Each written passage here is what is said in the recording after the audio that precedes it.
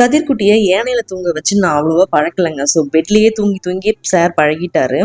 அம்மா அப்புறம் ரிலேட்டிவ்ஸ் எல்லாமே சொன்னாங்க, தொட்டில போட்டு தூங்க வச்சா டக்குன்னு தூங்கிடுவாங்க. நம்ம இப்படி ஆட்டும்போது எவ்வளோ நேரம் ஆகும் பெட்ல தூங்க வைக்கிறதுக்குன்னு சொல்லுவாங்க. ஏன்னா ரொம்ப நேரம் எடுத்துக்குவோம். அவனை தூங்க வைக்கிற ப்ராசஸ் தான் ரொம்ப நேரமா இருக்கும். இப்போ ஏனை கட்டினதுலேருந்து பார்த்தீங்கன்னா, அது ஏனைக்குள்ள போட்டோனே கத்துறான் ஆனா பயங்கரமா. ஏன்னா அவனுக்கு பழக்கம் இல்லைல்ல அதனால. ஆனா அப்படி ஏதாச்சும் பாட்டு பாடிட்டே லைட்டா நம்ம ஏனைய ஆட்டி விட்டோம்னா தூங்கிடுறாரு சார். எனக்கு வந்து இப்போ தூங்க வைக்கிறது ரொம்ப ஈஸியான ஒரு ப்ராசஸா மாறிடுச்சுங்க. அவன தூங்க வச்சுட்டு வந்து கொஞ்சம் வேலைகள், அதுக்கப்புறமா ஜாலியா வந்து காஃபி போட்டு குடிச்சிட்டு இருந்தேன். நான் சாப்பிடுறேன், இல்ல காஃபி குடிக்கிறேன், இந்த மாதிரி ஏதோ ஒண்ணு பண்றதுனாலே கரெக்ட்டா எழுந்துருவான். அது எப்படிதான் அவனுக்கு தெரியுதுன்னே தெரியல.